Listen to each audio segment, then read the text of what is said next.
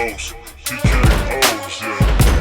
Bows, TKOs, we got bows, TKOs, yeah. Bows, TKOs, we got bows, TKOs, yeah. Bows, TKOs. Bows and TKOs. We are live, episode 32 on this beautiful Wednesday evening. I'm your host, Shane Gillette, and we're going to jump into anything and everything MMA. And a little bit of a shorter show because there is no events this weekend to preview, so we're just going to break down the first pay-per-view of the year, UFC 297. We're going to talk about what happened at the ADC X2 grappling event, the fights that have been booked, a lot of good stuff, everything MMA. So let's jump right in. In some fights that have been booked, we have Kennedy and Shekaku versus Ovince St. Peru, March 16th. I want to just make sure I didn't murder that. I put OSP. I obviously know who OSP is. Ovince St. Peru. Yep, I got it right. Got it locked in the bank. But a very good light heavyweight showdown. Veteran versus a young, massively long, big upcoming stud on that March 16th fight night card in Vegas. A couple more fights have been booked on that fight night. We have Pani Kianzad and Macy Chiasson on March 16th. So that's going to be great. We have Josanne Nunez and Chelsea Chandler recently booked. So two really good fights on the women's end of MMA. Two veterans clashing. We got GM3 Gerald Mearshart and Brian Barberena. Little bit of bam bam action. That's always a great thing to tune into on March 16th. On the other fight night card, we have another light heavyweight showdown. Vitor Petrino versus Tyson Pedro, March 2nd. Two good upcoming light heavyweights. And then there was a UFC 300 chaos. We recorded last Tuesday, put the podcast out last Wednesday. Right after I put this out, there was updates by Dana White. The one that we were all hoping for. We got Justin Gaethje, Max Holloway, UFC 300 in lightweight. Max Holloway's going up from featherweight to lightweight. And this isn't just a regular scrap. This is for the BMF title, the baddest mother effer on the planet. 5-round event. We get 5 rounds of straight carnage chaos. Banger. Can't wait for that. And also announced at UFC 300 in a surprise announcement last night, we have Holly Holm, one of the more veteran OGs in the sport, really took over after her defeat of Ronda Rousey. She's taken on PFL superstar Kayla Harrison at bantamweight. This will be the first time Kayla Harrison's cutting down to bantamweight. A lot of headlines here. She beats Holly Holm. I would assume she's going to be fighting for the title and may encourage Chris Cyborg to come. I know Chris Cyborg said she would like to fight Amanda Nunes. Plus, Amanda Nunes now might have some intrigue to come out of retirement. The whole thing, really, when it came to PFL and Bellator, there's a couple names here and there. Vadim Nemkov for me, Johnny Eblin, some of those dudes, the Pitbull brothers, the Frieri brothers. Then there is Anthony Pettis' little brother from Bellator. Guys that you thought could compete at the UFC. But really it was Kayla Harrison trying to get her in against Cyborg or Nunes and some of the elite in women's MMA. And the problem was she fought at 145 pounds, which did not exist in the UFC. Bantamweight being the heavier category. And really didn't make sense because there was no fighters there. They gave Nunes the champ status, the double belts. And especially with Nunes in retirement, you did not expect this to happen. I guess the PFL was trying to lock her into a Cyborg fight for the PFL. But for me, Kayla Harrison's gone through quite the ringer recently with the PFL. Don't get me wrong, she had her moment of shine, got paid, but she's 33 years old now. She's not a spring chicken. Obviously, she's a lot younger than Holly Holm, But to have to cut down for the first time in her professional career and come to the UFC, fight higher level competition, and she already lost to the champ in PFL, Larissa Pacheco. And she'd already beat Pacheco once, lost to her. Pacheco now has 2 belts in PFL. So it's like, I don't know. I feel like the star's not as bright as it could have been. I'm still very excited. Props to Dana and the UFC for making this happen. You know, this isn't a splashy, I don't know. It could have been a lot more splashy a couple of years ago. It's for UFC 300. I'm more excited about, obviously, the Gaethje Holloway BMF title, 5-round affair, other fights on the UFC 300 card.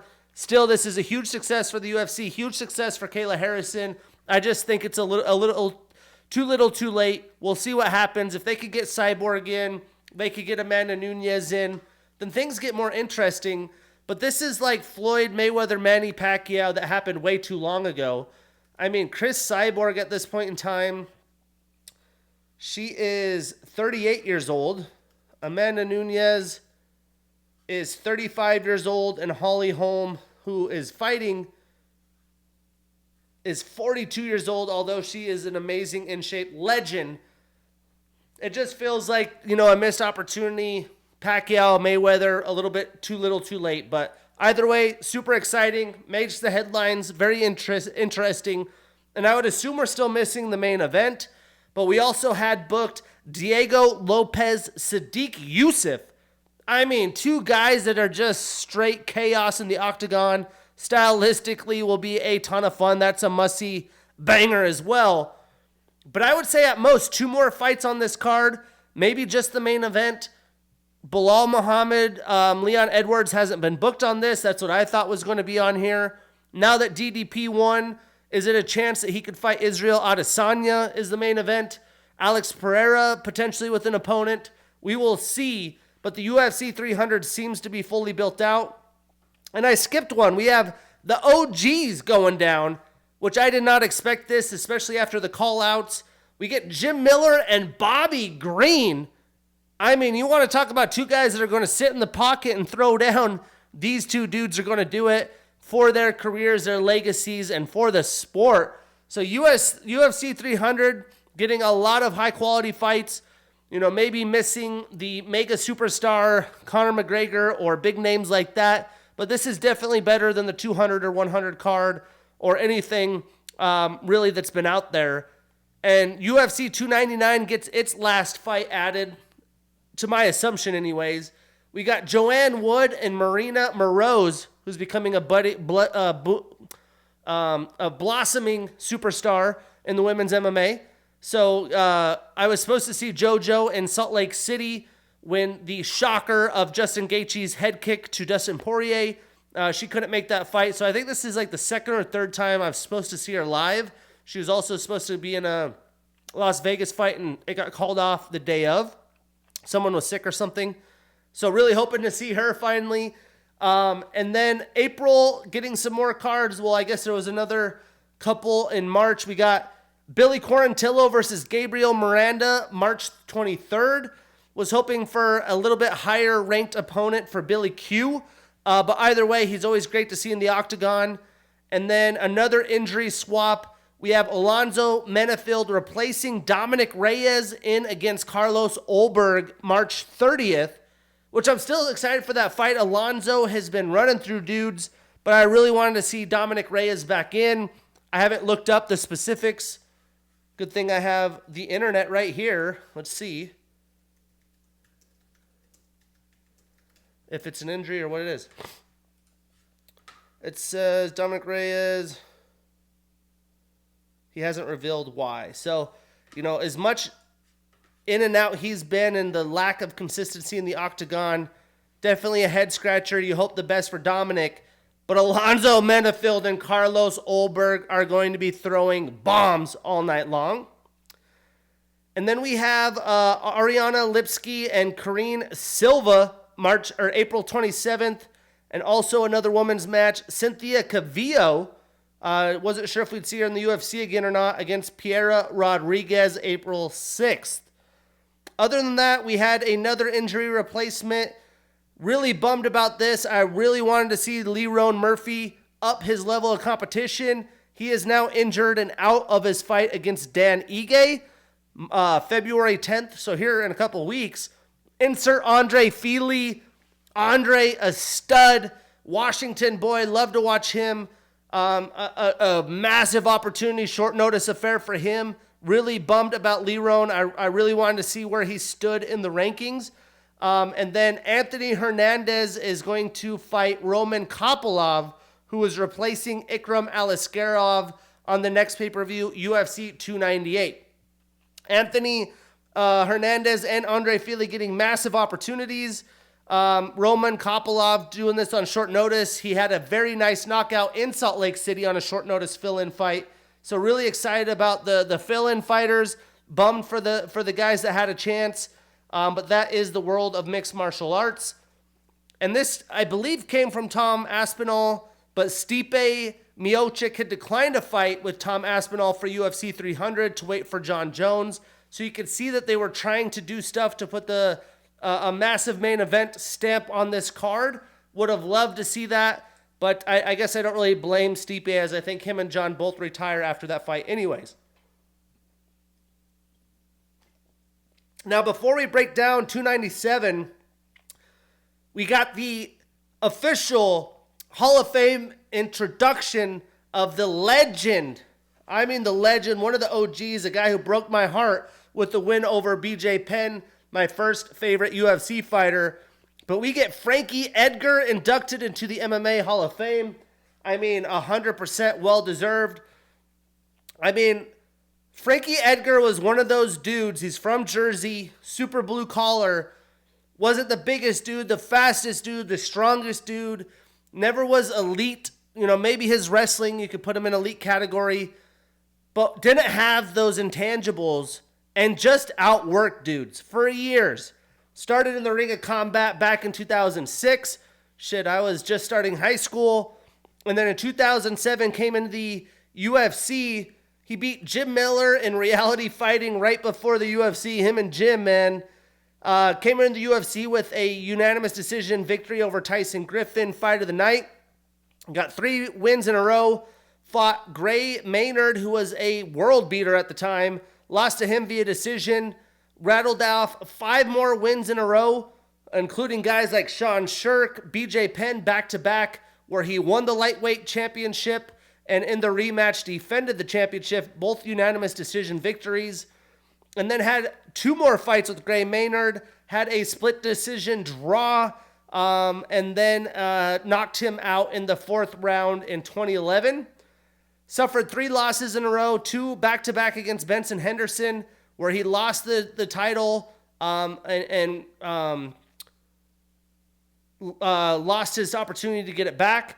So he won the title against BJ Penn, defended it against BJ Penn, retained it because of the draw, fought Gray Maynard again, and defended it via knockout. Lost it to Benson. Benson got a rematch. Benson got to keep it. Then he fought Jose Aldo for the featherweight championship. Lost to Jose Aldo. Beat Charles Oliveira, which is, honestly, I need to look at that fight back. That's pretty wild. Back in 2013.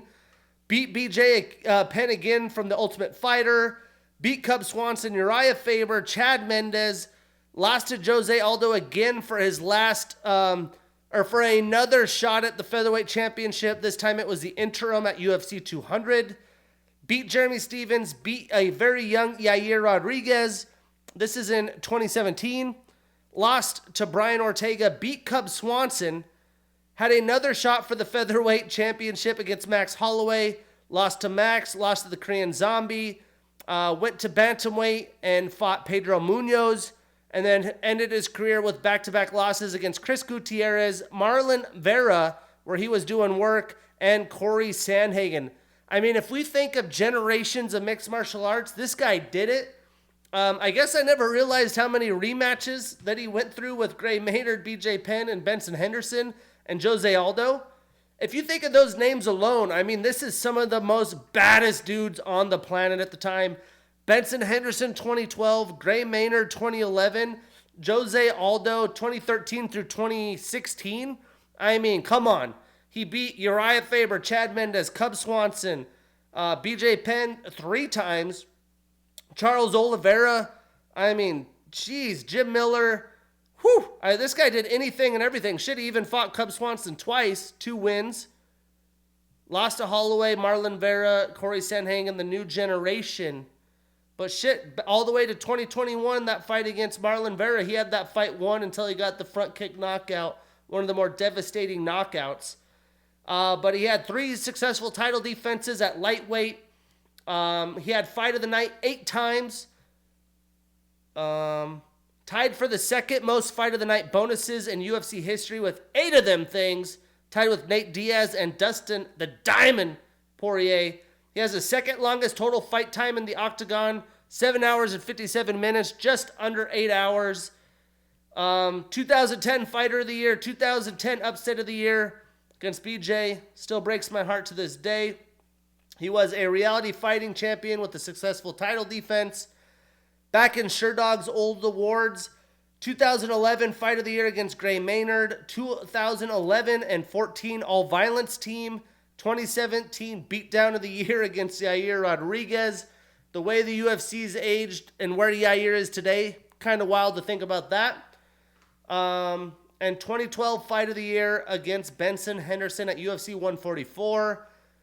11 wins via finish of his 24 wins, 7 knockouts, 4 submission wins, 5 of his 6 losses via knockout. Was in the UFC from 27 to 2022. I mean, can't do it much better than that. The hardest working dude, well-spoken, grit, all about it, jersey all over him, bleeds jersey. Bravo, Frankie Edgar. Woo! All right, let's talk a little grappling. We had the ADC X2. This is the new Grappling Dubai League. I love it. A lot of ex-UFCers. There's gi competition, no gi competition, some of the best in the world. You know, I am not a gi specialist of high-level competition. If I watch grappling, it's a lot of the Fight Pass Invitational, stuff like this with ex-UFC dudes. I practice jiu-jitsu myself. Got to get my consistency back in there.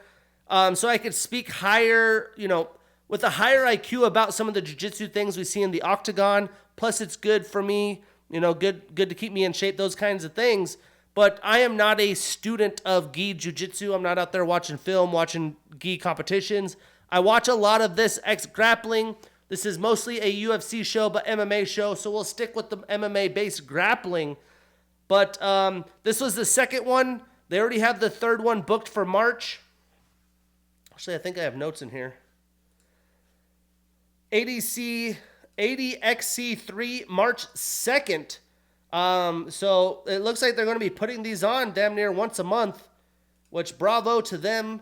They, in the post-event interview, talked about some of the people they have in the competition. They were breaking news on fights there, and it's like, man, however they're getting this set up and the connections they have with these fighters and the level of grapplers they have, very, very impressive.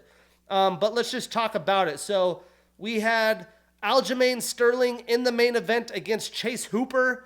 I do believe this was a catchweight bout. I did not confirm it because Aljamain posted on X, formerly known as Twitter, about not wanting to cut weight and just showing up, putting on a show, you know, making it a little bit of loose fun. I believe Chase Hooper, the young Chase Hooper, obliged, but Aljo defeated him via split decision. Fionn Davis defeated UFC fighter Luana Pinheiro in the first round via rear naked choke. We had the very talented Renat Fakhretdinov defeating Douglas Lima via unanimous decision. I wish I could have saw this. I know they have some streaming service that they're showing these on. I think you got to pay for it. I would love to watch some of these. We had Sydney Outlaw defeating Terrence McKinney via crossface, round 1. So great grappling event. Lots of other bouts on this, but this was the MMA heavy grappling names in these events. I mean, Bellator, Sydney Outlaw, Terrence McKinney. Think about that. Douglas Lima versus Renat in the UFC. Very fun to think about. If you would tell a hardcore MMA fan or a UFC fan like myself that these things will be casually happening in between UFC cards, I would be like, what a world we live in. I mean, this is great. All the action, all the time. These guys now, they have the UFC PI. They could come up from wrestling or whatever their backgrounds are, literally have a boot camp. Okay, you want to work on your game or really work on grappling in between fights. Now you could go to ADXC. You can do other grappling events, Fight Pass Invitationals. The talent level is going to keep on rising in MMA and the UFC, and I'm just hyped about it. I'm excited to be a part of it. Tell some fighter stories, get some fighters in, and talk more about it because the level of fighting is next level already. I can't wait to see what it gets to. The UFC earlier today finally announced that the new Saudi Arabia date for their card will be June 22nd. They did want to have it, I believe, in March, pushed it back because they were lacking some of the big names that they were trying to book, but I guess timelines, it didn't make sense. So in the statement, it said that they were planning on having a world-class card, and Dana, in quotes, said that this will be one of the best cards the UFC's ever put on. Every fight must see TV. So watch out. I'm not too sure how he's going to accomplish that. Right on the heels after that is the International Fight Week in Vegas. We have UFC 300 in April. It's going to be fun to see how that shakes out. And then lastly, here pretty soon we have the super card for PFL. Ex-Bellator champions taking on PFL champions. And Magomed Kiramov, the PFL champion, is going to, or the Bellator champion, is going to have to be replaced via injury. So Ray Cooper III is going to step in for Magomed in that superstar or champion versus champion showdown. Now, UFC 297 in Toronto. What a card this was. Lots of Canadian talent on the card. My picks overall, not a great night in the office. I went 5 for 5 on my picks. At least I'm still 500 or above. So that puts me at 13-7 this year on picks. 206 wins, 93 losses, and 3 no contest or draws since Bows and TKO's 32 episodes in. So more than double the wins. Not mad about it.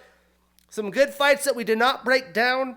The young Sam Patterson with a total domination effort got a round 1 rear naked choke over Johan Lainez.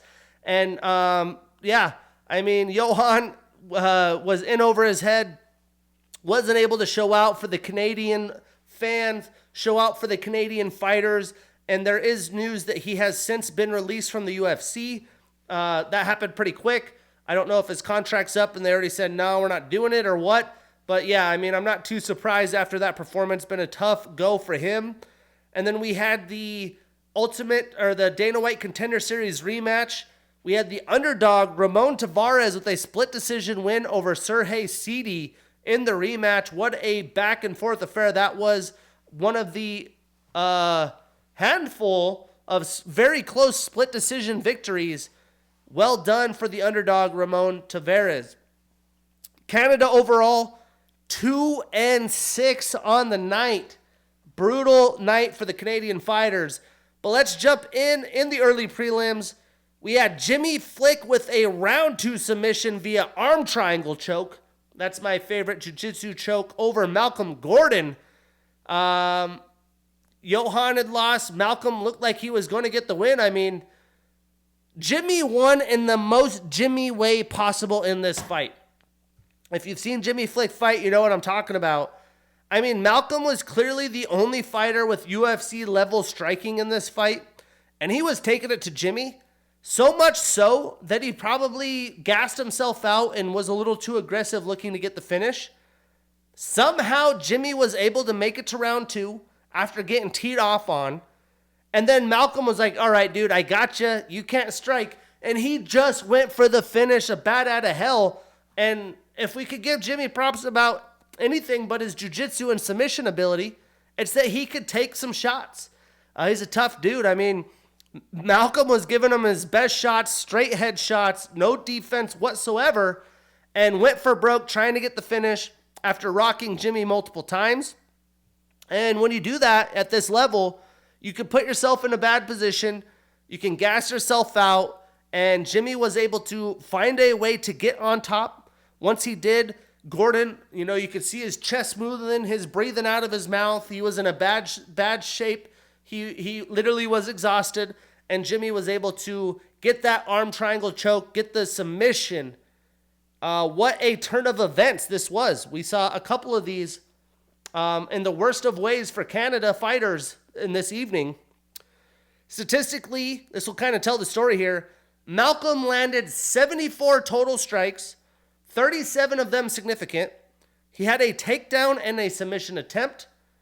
Jimmy's total, 7 total strikes. That's almost 70 less.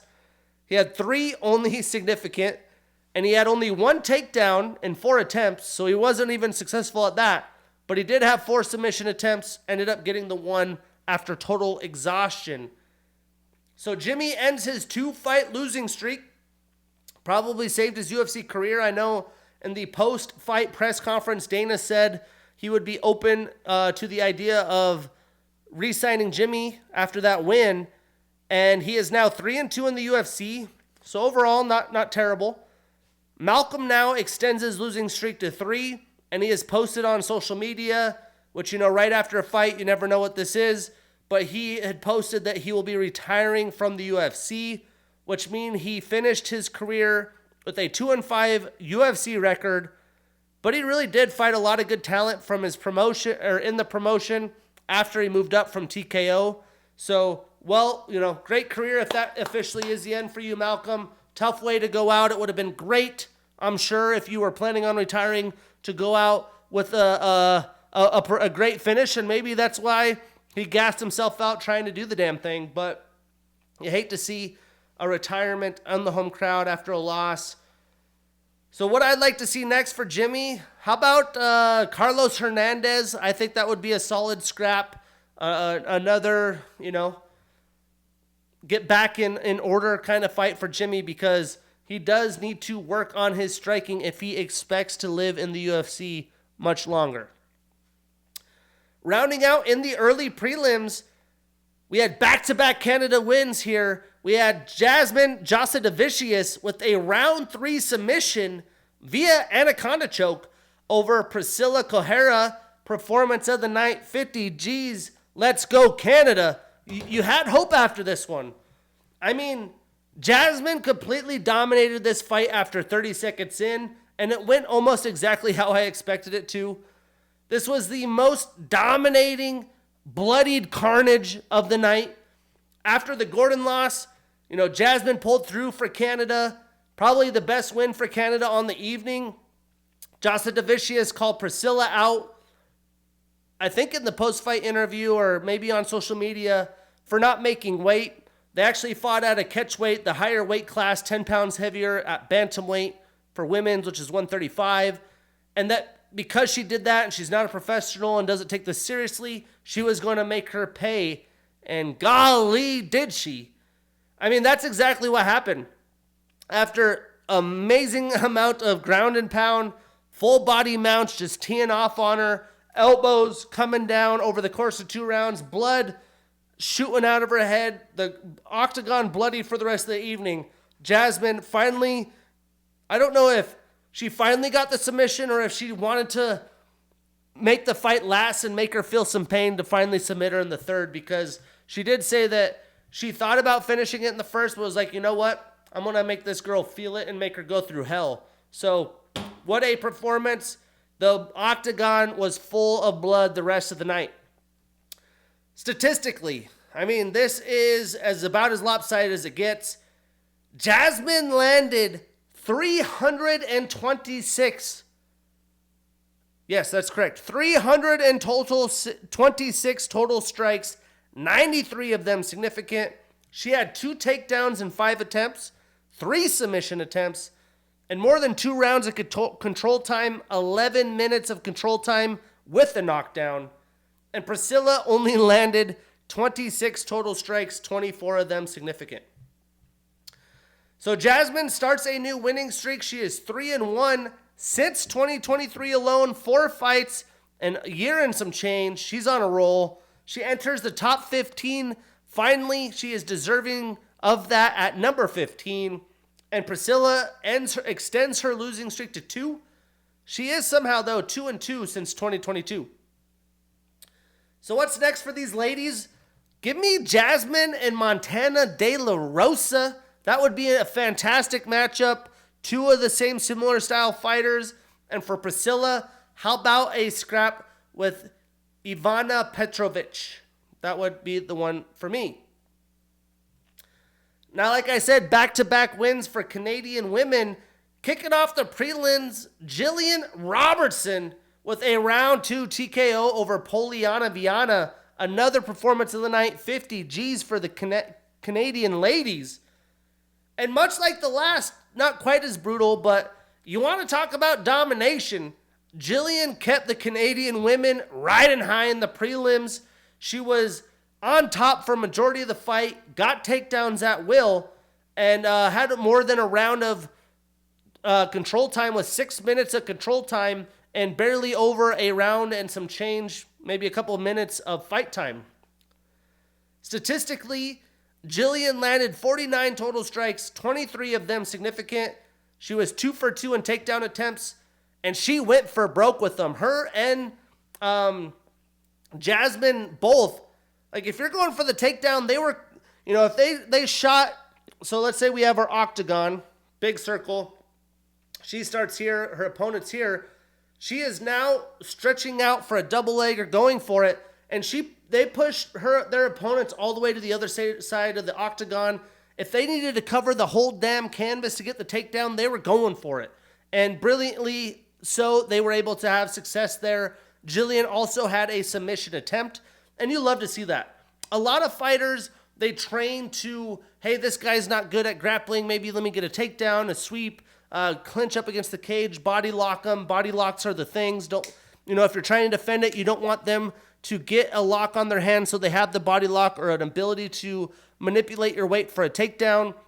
And you don't see a lot of classic wrestling like go for it, attempt after attempt, moving across the octagon, going for broke. I love to see that with these women, and I love to see that in general because you don't see people fully commit. They're worried for guillotines, they're worried about gassing themselves out, or they're just too much of pansies to keep going for it, which, we'll talk about Movsar Avloev here in a little bit, but very determined, they went for it. Sometimes, if you're throwing a shot, you don't want to throw it at 85%. You got to send it. Put 100% behind that sucker, and that's how I feel about the grappling takedowns.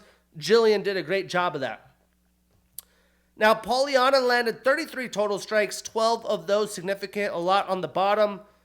So Jillian starts a new winning streak. She moves to 3-2 since 2022. She enters the top 15 at 15 as well. Welcome, Jillian. Welcome, Jasmine. Well-deserved earned rankings in their home country. Poliana extends her losing streak to 2. She drops to 1-3 since 2022. Hasn't been super active, on the wrong side of that record. So, how about this? Tisha Torres, she got to celebrate Raquel Pennington, her wife. We'll talk about that later. She should be back into the octagon in the next quarter or so. Give me Jillian Robertson, Tisha Torres in her return fight. I think that would be fantastic. I'm not mad about that one whatsoever. And for Poliana, how about a fight with Denise Gomes? And this is where the...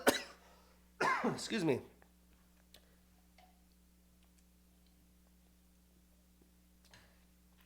This is kind of where the evening got a little weird. We had another Canadian loss, but we had Sean Woodson with a split decision victory over Charles Jourdain. And I was bummed about this. I picked Malcolm Gordon, got that fight wrong, got the 2 Canadian women right. I got this fight wrong, so I was already 2-2 on the evening. And sometimes you want to root for the home country fighters. But yeah, the evening kind of took a weird turn during this fight and after. And it wasn't that this was a bad fight.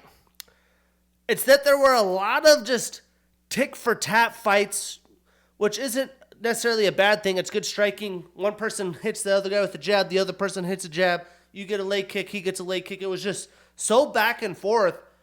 Brutal fights to judge. And it really just comes down to who landed the more significant strikes or the more damaging strikes from the strikes that had landed, because the volume of strikes, fighter to fighter, round to round, in a lot of these fights, it was like 20 strikes to 10, or 20 strikes to 16, 18 strikes to 15. It was very razor thin margins. Now, in this fight, there was a ton of strikes thrown, but not a lot of them landed, especially on the Charles side of things. And you have to give credit to Sean. Sean Woodson's length, his body is just, he looks like an alien, looks like an ape. The length that he has, mixed with his boxing acumen, his great striking defense. I mean, Charles was forced to do a lot just to try to get into range to actually clip Sean, get some shots to land. And there was a lot of like wild strikes, spinning high kicks, wheel kicks, spinning back kicks, elbows, just unordinary strikes just to try to get something to land.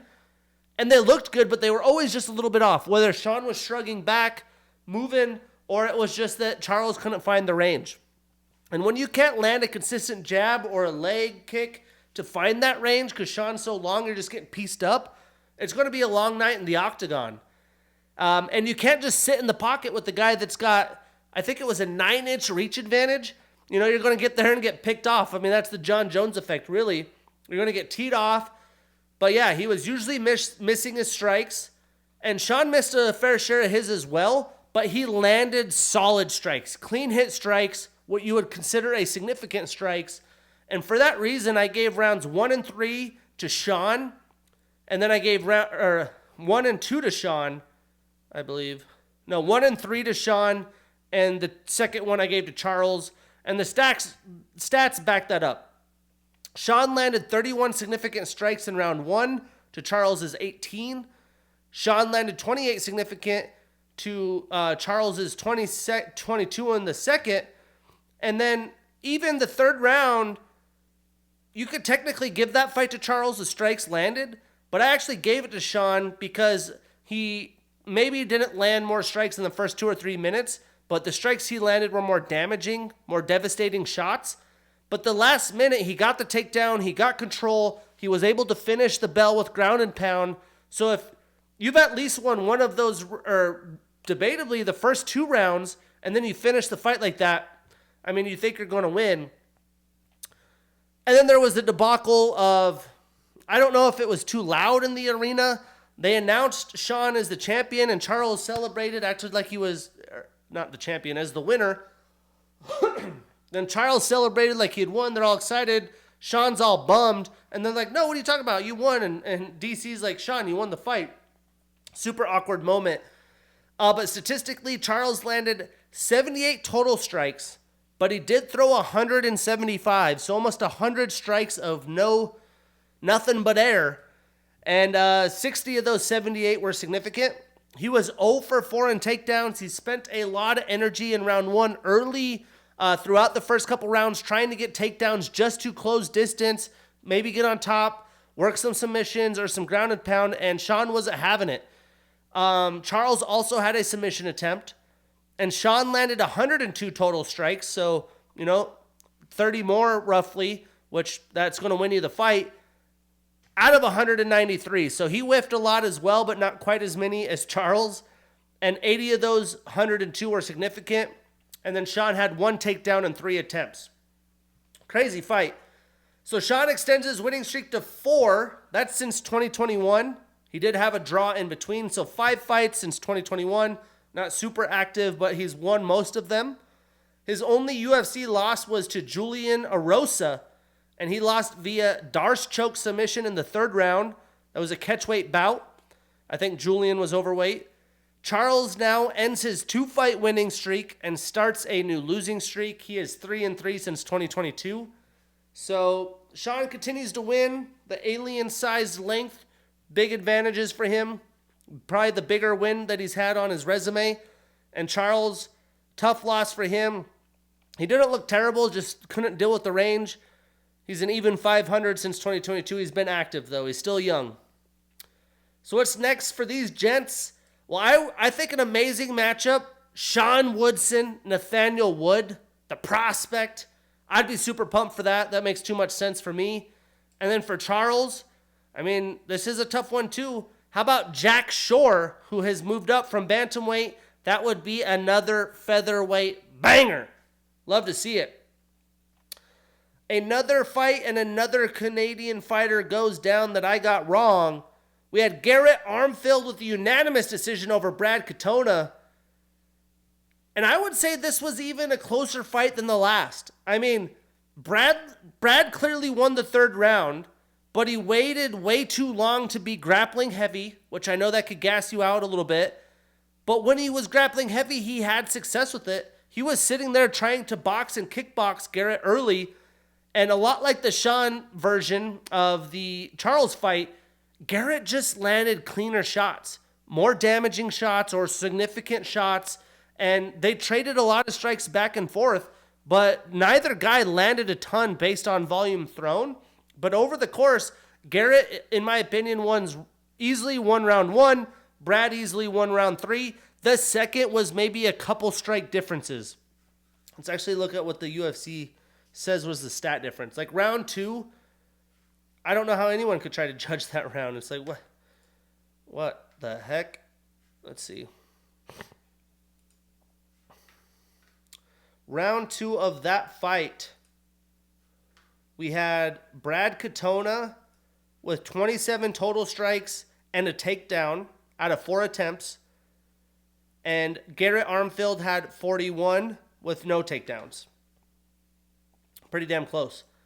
Anyways, total stats on the fight. Brad landed 76 total out of 172 thrown, so almost 100 air shots as well. 64 of his 76 were significant. He did have 4 takedowns and 9 attempts. So, he still got the takedowns, but he did them late in the round when maybe he should have done it early, try to get more control time. He had 4.5 minutes, 4 minutes and 35 seconds of control time through the 3 rounds. And Garrett landed quite a bit higher clip. He had 130 total strikes landed out of 193 total thrown. So he wasn't whiffing as much. And he had a lot more significant. He had 105 significant strikes while Brad had 64. And he was 0 for 1 in takedown attempts himself. So Brad now ends his 5-fight winning streak. He starts a new losing streak. He is even 500 at 3-3 in the UFC. Although his UFC record includes 2 Ultimate Fighter finale fights. So he has only won 1 time in the UFC that wasn't tough related. And, obviously he had his tough fights as well. But Brad just fights this style of fight every time. He is a cardio machine. He comes in good shape. He sits there and exchanges with other good strikers. And it comes down to such a close decision. You got to go for it. And I thought in Canada, you literally got dumped from the UFC. This is your second chance at life. You're in your prime. You'd think you'd fucking go for it. It's like trying to get the promotion. What do I got to do? I am going for it. And I expected that out of Brad. Against the younger, more experienced Garrett, I thought he was going to try to, a little bit of alpha male him in the octagon. And that was not the case at all. Brad trains with John Kavanaugh. You'd think, John's like, hey, man, this is where you're at this stage. You got to look yourself in the mirror. You got to just go for it. Nobody is going to want it more than you. And, Brad's clearly talented. The game plans that I think he has, it's just way too close. You can't leave your life up for the judges all the time. And you don't want to be known for a guy that just gets decision wins or losses anyways. So, yeah, tough night in the office for Canada here before the main card. Now, I thought Garrett looked great. I mean, he opened my eyes. I was not that high on him coming in, but his striking was great. He outstruck a very good striker in Brad Katona. This division is just stacked, man. The bantamweight and lightweight divisions is crazy deep. I mean, you have these 2 dudes like in ranked 30 in the weight class. But anyways, Garrett extends his winning streak to 2. He is now 2-1 in the UFC. So what's next? I really would like this fight. I would like Garrett Armfield, Ultimate Fighter, alum and champion Brady Heistand. Actually, I don't think he was a champion in second place, but Ultimate Fighter finalist Brady Heistand. But Brady just announced that he's going to be out for a while with another knee surgery. So let's put him up against Damon Blackshear. I think that'd be fantastic. And for Brad, He could fight Brian Kelleher. The winner could keep their UFC spot, a lot like the Malcolm Gordon-Jimmy Flick fight. Makes a ton of sense to me. Moving on. In the pay-per-view, you got to pay for these fights, baby. We had Movsar Evloev with a unanimous decision over Arnold Allen. This was another fight I got wrong. But golly, I got to address something to start this one. The first thing I want to address is that Dana White said the only loser of this fight was the fans. I could not disagree more at all. I absolutely love this fight. I thought it deserved at least a Performance of the Night award, 50 G's to somebody's bank account. The high-level display of mixed martial arts that these two displayed, fantastic. And this is the UFC, the Ultimate Fighting Championship, with mixed martial arts. This isn't the Ultimate Kickboxing League. This is literally all of the mixed martial arts, including multiple forms of wrestling, grappling, judo, those types of martial arts. And oh, by the way, wrestling and grappling is probably a majority martial art being used in the sport, and it always will be. It's a very strategic part in martial art for you to have as a fighter being part of the sport. Dana never talked shit on George St. Pierre, who grappled heavy throughout his career and one of the best of the day. This is the part of Dana that really grinds my freaking gears as the president. He should be supporting his stud fighters like Movsar Evloev, like he did with Khabib, right? Khabib's going to smash you. How does he smash you? He takes you down and smothers you. That's what Movsar Evloev is doing. Not only did Movsar put on one of the better, more exciting grappling displays that I've seen when it comes to takedowns and grappling, but he outstruck a badass striker in Arnold Allen. Movsar also showed off when it came to his defense. To be able to avoid the big shots from Arnold, that's a big deal. He's just got that quick twitch. You know, he's able to keep his head moving. He also had speed that I did not expect as a striker. His kicks, his strikes. I mean, what he displayed in striking and defense, a massive jump up. His last fight was 8 months ago. So let's say, and he fought Diego Lopez, who's now, Diego's the guy that he is, on short notice. He was supposed to fight, I can't remember who. But let's say you have a fight. You're a little beat up. You take a month of like not really improving. You're just staying in shape. You're maybe hitting some mitts, doing your thing. So in 7 months, plus you have a month of preparing of just straight fight camp, 4 to 8 weeks. Let's even say 2 months to prepare for your opponent, Arnold Allen. Arnold Allen's ranked in the top 5. Movsar is looking to get there. This is his biggest test of his life. So I would say he had a two-month fight camp. So out of those 8 months, 3 of them, 1 recovering, 2 prepping for Arnold. The rest of the months is where you really add to your game. You can't add to your game in fight camp. You're trying to get in shape. You're trying to study film, come up with a game plan. A month after the fight, you're recovering, trying to get your shit together. Some people celebrate, whatever. I doubt Movsar is that guy. Movsar doesn't drink. He's like dedicated to being a UFC champion. And clearly that showed. So the dude's had 5 months to really improve. What he displayed against Arnold Allen, maybe he's just been holding it back. But I would doubt that because Diego Lopez came in and damn near got a win against him. Really, probably woke him up.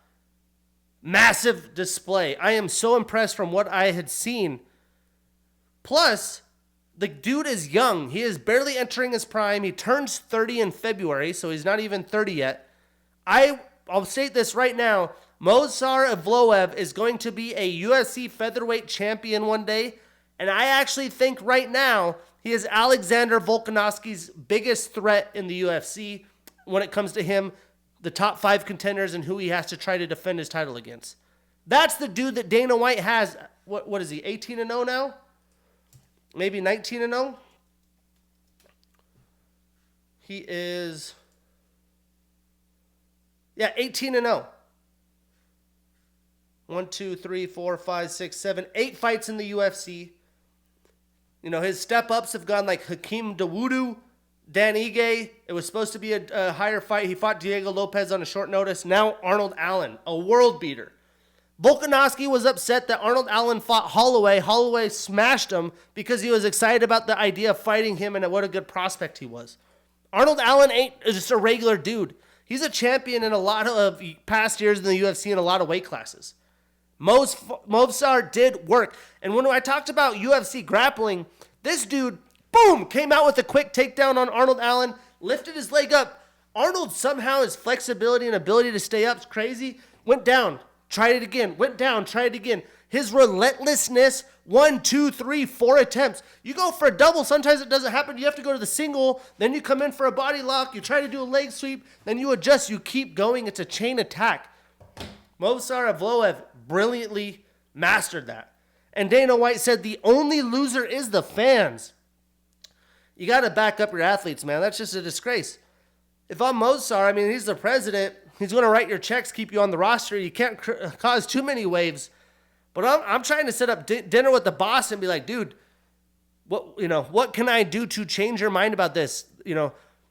I know that Dana knows that striking in this new era of casual MMA fans and social media, that doesn't get the clicks, the impressions, I guess. But dude, this is brilliant performances, brilliant display of martial arts. I'm just mind blown that he even thinks that and that he wants his baby in the UFC that he's been a part of for years and helped grown into one of the more popular sports in the world to be known as no grappling, no wrestling. And if you want to be a UFC champion, you got to have good grappling, good defense. There's always going to be an involvement there. So yeah, rant over. Either way, brilliant fucking display by Movsar Evloev. And Arnold Allen really Arnold had a great fight. He took shots, took a lot more shots than I thought he would. Again, credit Movsar's striking. The takedown defense, not many people are defending the takedowns like Arnold did against a very good attempts that Evloev was throwing at him. Plus the cardio to do that over the course of the 3 rounds. At the end of the fight, he was really pouring it on. You're like, man, if this was a 5-round fight, Arnold Allen might come out as the victor. But it was too little too late in the 3rd round. Movsar had already easily won rounds 1 and round 2. I thought this was fantastic. It deserved a bonus. And no slander from this end. Bows and TKO's stamp of approval. Brilliant display. Watch it back. Tell me what you think. Post this on YouTube. Let me know in the comments what you think. Social medias, Instagram, Twitter, wherever you're at Bows and TKOs. I'll be posting the pod tomorrow. Let me know. I know I've seen a little bit of mixed results online, but golly, I'm just shocked. Now, breaking down the stats, Arnold landed 61 total strikes. He threw 143 of them. So whiffed quite a bit on those. 59 of those, 61 were significant. He was thrown with heat. He knew he needed to finish by round 2. He tried. He had a submission attempt as well. Movsar landed 72 total strikes of 141 thrown, and 51 of those were significant. He had 5 takedowns, and as good as a grappler as this dude is in 17 attempts. Not a great ratio. You have to give Allen the credit. He's been working on it. This fight's going to make him better. It's not easy to suffer 2 losses, but Max Holloway, Movsar Evloev, you can't tell me his fire under his ass has never been stronger. I do expect to see a world beater Arnold Allen in the next couple of years. The dude was driving like 2.5 hours one way to a gym in the UK. He's spending 5-6 hours a day. His gym didn't have a freaking shower. He was literally showering at truck stops. He told Ariel Helwani on the MMA Hour. That's how dedicated he is to training, getting work in, going to the right places. Arnold's not done, I'll tell you that much. But Movsar also had 3.5 minutes of control time in this fight. So now he is undefeated, stays undefeated, extends his massively impressive winning streak to 18. Like I said earlier, 8 of those are in the UFC. He moves up 4 spots in the ranking to number 5. Arnold extends his losing streak to 2. He is 2-2 since 2022. And he moves down 2 spots in the rankings to number 6. So where does Movsar go from here? I mean, he could fight Josh Emmett. Josh Emmett's up there coming off a win, early knockout. He's really the only guy free in the top of the division. I just don't think that's going to be the next fight. The top of the division's all booked up. Movsar hasn't been the most active. Nobody wants to fight this dude. I don't blame you. I wouldn't be surprised if he lets some of these fights shake out and he fights either Ilya Topuria if Ilya loses to Volk, Or maybe the winner of Yair and Brian Ortega, they say, hey, the winner here, you fight Mozart, the winner gets the next title shot. Because in my opinion, is the winner of Yair Ortega the next clear title shot? They've already taken L's by the Max and Volkanovski. That doesn't seem interesting. We need some new blood in there. So let the winner fight Mozart. That makes a lot more sense. I don't know. We'll see. But that goes down late February. So the title eliminator fight wouldn't be too backed up. Would make a lot of sense in my book. Either way, no slander for that fight. That was a brilliant performance. A lot better performance than the next few fights we're going to talk about. Tell you that right now. We had Chris Curtis with a split decision victory over Marc-Andre Barriault. Another loss for Canada. I did get this fight right, though. Mark was the only Canadian fighter I picked against. But this was another just tit-for-tat boxing showdown. It showcased a ton of defense, a lot of whiff strikes. And I believe from memory, Dominic Cruz discussed during the fight, Mark is the power bar. Means he's a cardio machine. He's going to throw a shit ton of strikes coming at you, and you got to deal with it. He's going to bring more volume. He's going to try to wear on you. And especially when you have Action Man across the octagon and Chris Curtis, who's a little bit of an older dude, damn near 40, you'd think that would be the case in this fight. And that, I don't know what was in Canada's water that night or what, but this was the least power bar fight I've seen. Now, you got to give Chris credit. He is the better technical striker, especially in the boxing department. And that was really the difference in the super close fight. Chris had more significant damaging strikes that landed every round, and he stole the split decision victory. When you look at the stats, Chris landed 144 total strikes, but he threw 262 attempts. He had 140 of his 144 were significant, while Mark, he only landed 124 total and threw 245. 122 of those 124 significant. So Chris starts a new winning streak. He did have the no contest and the loss. It's got to be good to have victory in your mouth after that drama the past year. He now is 3-2-1 since 2022. The Action Man loves that action. He's been active. Now Chris moves up one spot in the rankings to number 13. And Mark ends his 2-fight winning streak. He starts a new losing streak. He is 3-3 since 2022. Now, a lot of the middleweight division's booked up as well. I mean, that's a good thing. But Chris, I think, he's fought up. He's fought guys outside the top 15. I think he deserves to get another fight in the top 15. Maybe let the division shake out. If I had to pick for Chris right now, I think Andre Muniz, who's right on the outside of the top 15, that would make a ton of sense. But if he does want to wait to fight up, how about the loser of the upcoming main event, Roman Dolidze and Nasruddin Imavov? I know Chris was booked against Nasruddin at one point in time. That fight, someone pulled out. And for Mark, he could take on Phil Haas.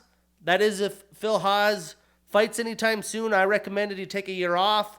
If he fights in the UFC again. So if not, how about Abus Magomedov? Moving in, another Canadian fighter goes down in a shocking manner. Another fight I did not pick correctly. We had Neil Magny with a round 3 TKO over the young stud Mike Malott. I mean, I wonder what the live odds were after round 2. Had to have been as crazy as it gets. I mean, this was a complete domination over the course of 2 rounds by Mike Malott. He has never had to go late in a fight, and I brought that up last week in the preview, and that shit bit him in the butt. He gassed himself out, and Neil is, I think he was in the Navy before. Neil's a dog. You got to get through Neil. Neil ain't, shy about it. Yeah, you got to get through me. I'm not fighting for titles, but he can take the damage. He'll come out aggressive every round. He's going to wear on you. You could wear on him. He's got good jiu-jitsu, good clinch game, solid strikes, and he's got a gas tank for days. That paid off as he was able to get a very, very late finish. You could almost see the ref being like, do I call this fight after this dude just dominated him, or do I give him a chance? But he was just so gassed out. Very, very good win for Neil Magny. You cannot dislike Neil Magny. F. Ian Gary and what he said about him as a dad. This is a dude that works. He fights 4 to 5 to 6 times a year. And if I were to ask Neil if I was a friend and asked him honestly, like, hey, Neil, why do you fight that many times? It's probably to make enough money to have the life that he wants. He's going to put in the work. But, you got to give credit where credit's due. There are a lot of tricks that Neil has as one of the, any veteran in the UFC really can use to their advantage. This will be a big learning lesson for Mike Malott. I don't think he'll be too sour about it. He'll see, he'll understand, he'll get better, work on that cardio.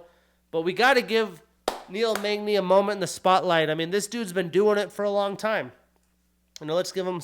I'm feeling gracious today, As bummed as I was that I lost a parlay on this fight, which, happens too often, especially after the first 2 rounds, this dude since 2022 has fought 1, 2, 3, 4, 5, 6, 7 times, 3 and 23, 3 and 22, 2 and 21, 3 and 20, at least 3 times a year.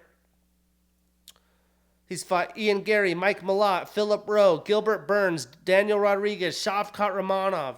So whether it's the young up-and-comer or the veteran, Jeff Neal, Michael Chiesa, Robbie Lawler, Li Jingliang, Santiago Ponzinibbio, Carlos Condit, RDA, Johnny Hendricks, Lorenz Larkin, Hector Lombard, Kelvin Gastelum, Damian Maia.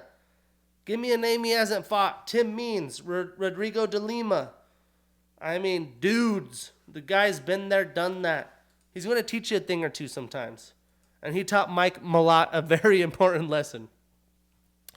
Now, breaking the stats down, Neil landed 110 total strikes, 57 of those significant. He had a takedown in 2 attempts, 1 for 2, and had 1 minute and 47 of control time. Now, Mike landed 100 total strikes, 45 of those significant. He had 4 takedowns in 6 attempts, so was getting him what he wanted. And he had 6 minutes of control time. Controlled at least round 1, or 1 full round of control.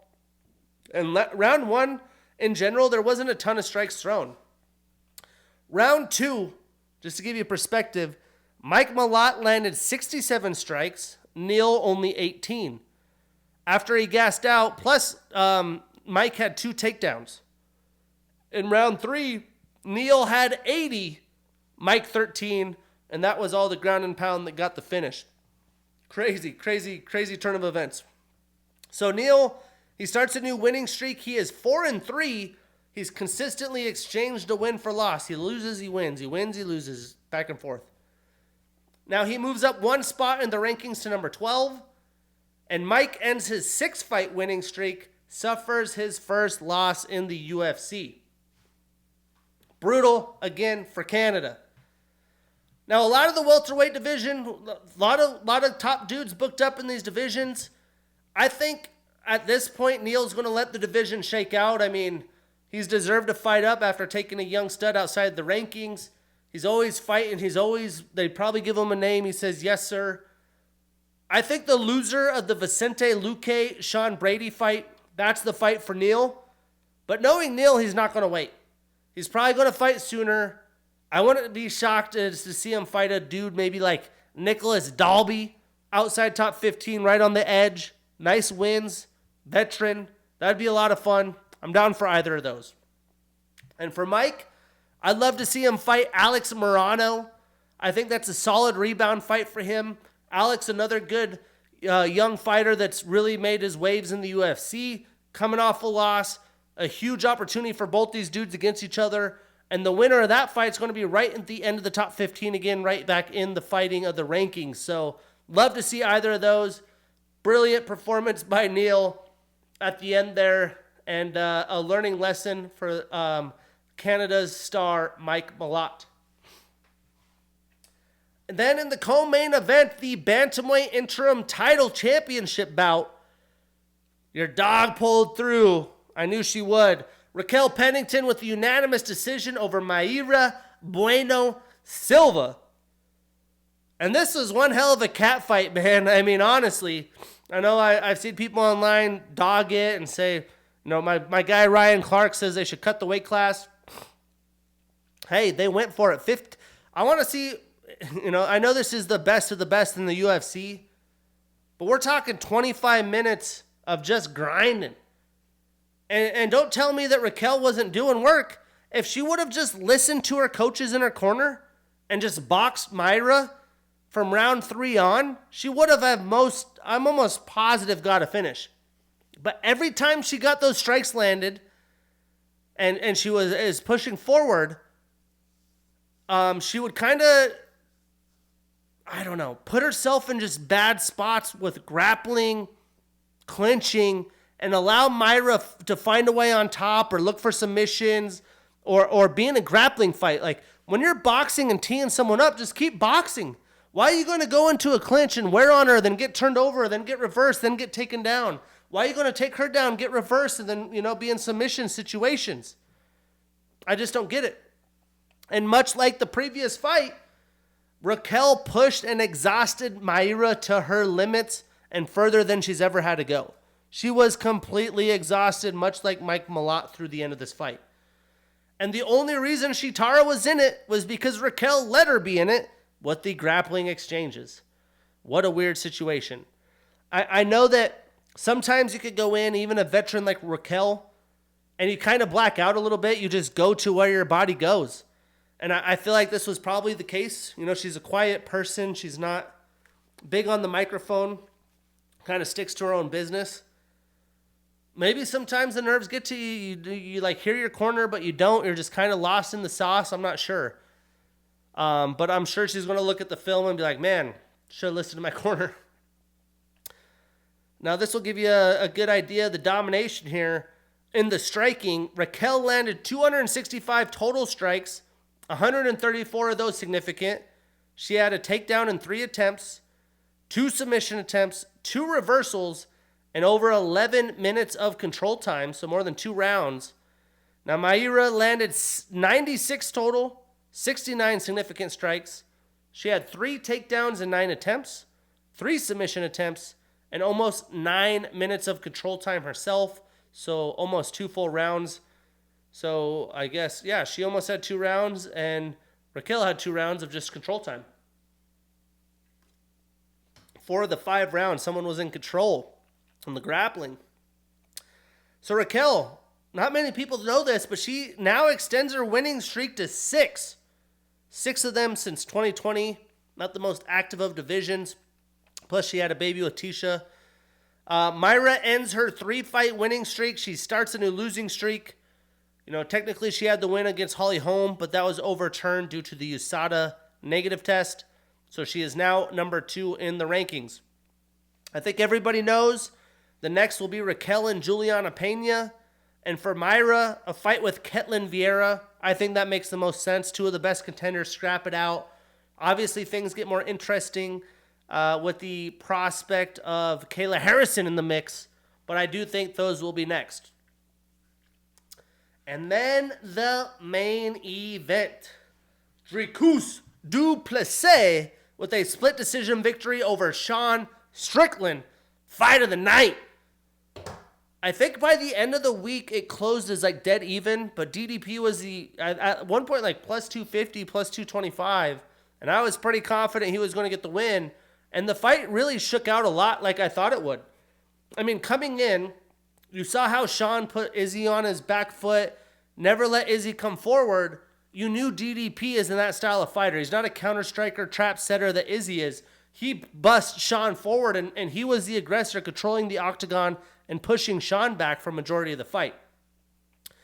And what a war it was. Like they said all week, like Sean said, they were dick to dick, nipple to nipple, trade for trade, bloody for bloody. And there was some controversy in the decision, but I wasn't a part of that. I thought DDP clearly won the fight. Not only did he land more damaging strikes in the fight, but he also had a ton of takedowns. That does count for something. And the rounds to win the rounds. If it's dead even in strikes for 3 minutes and he gets 4 takedowns and you barely landed any strikes, I'm going to give the round to DDP. That's part of the game.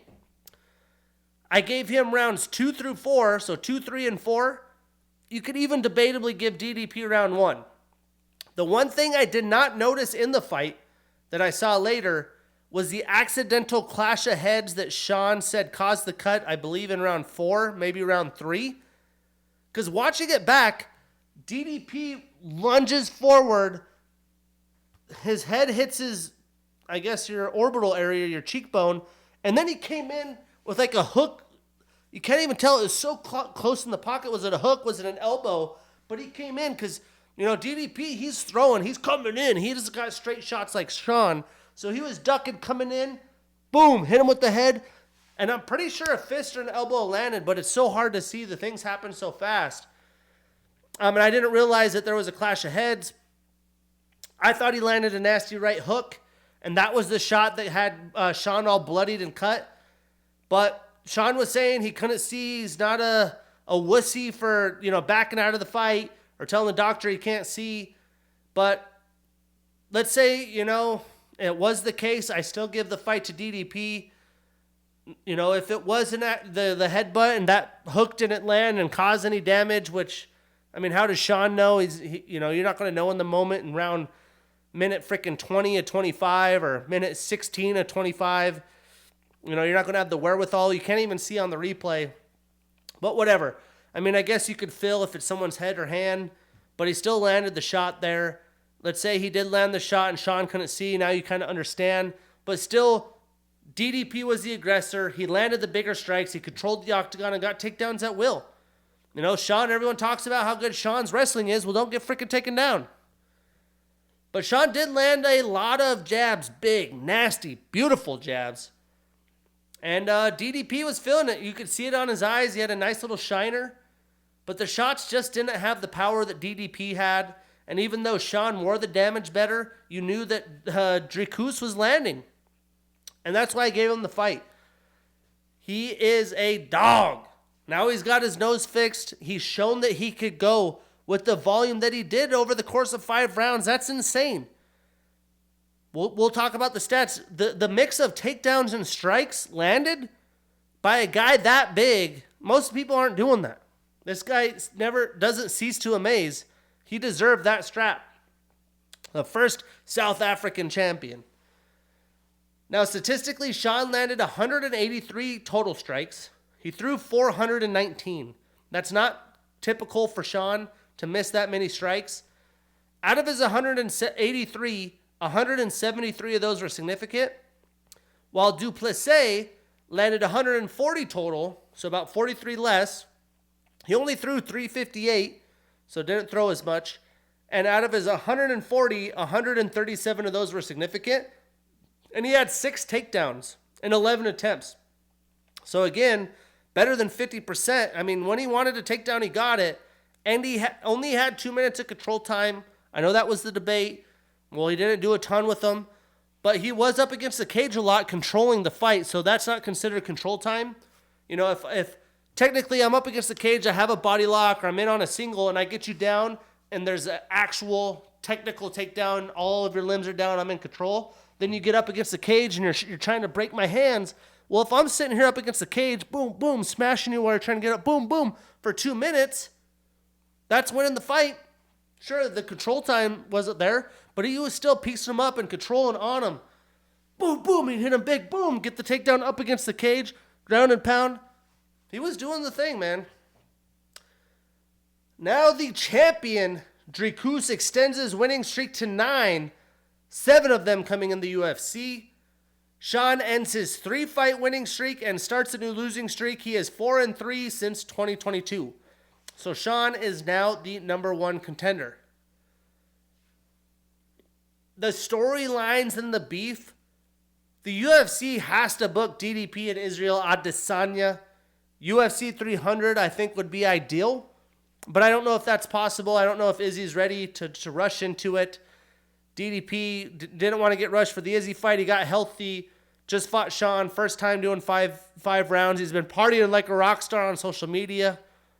Damn, can this guy chug a beer? I just don't logically think either dude's going to be ready for UFC 300.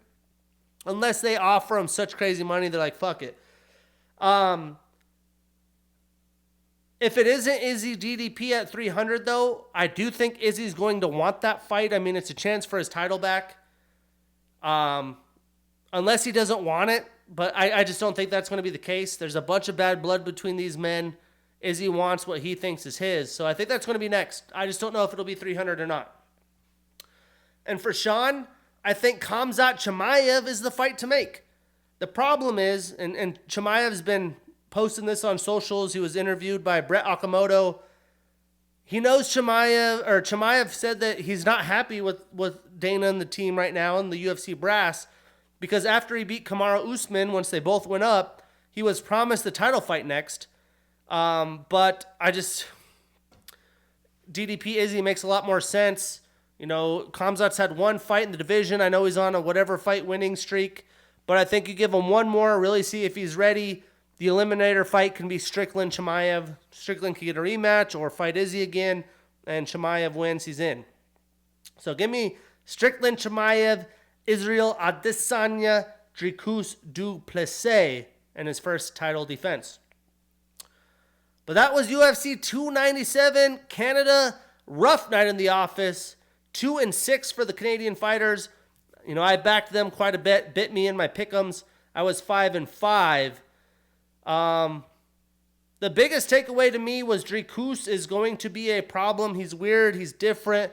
But he is a massive dude for the weight class, and he can go for 5 rounds. That's a problem. I'm excited about these new UFC 300 fights. Kayla Harrison in the UFC.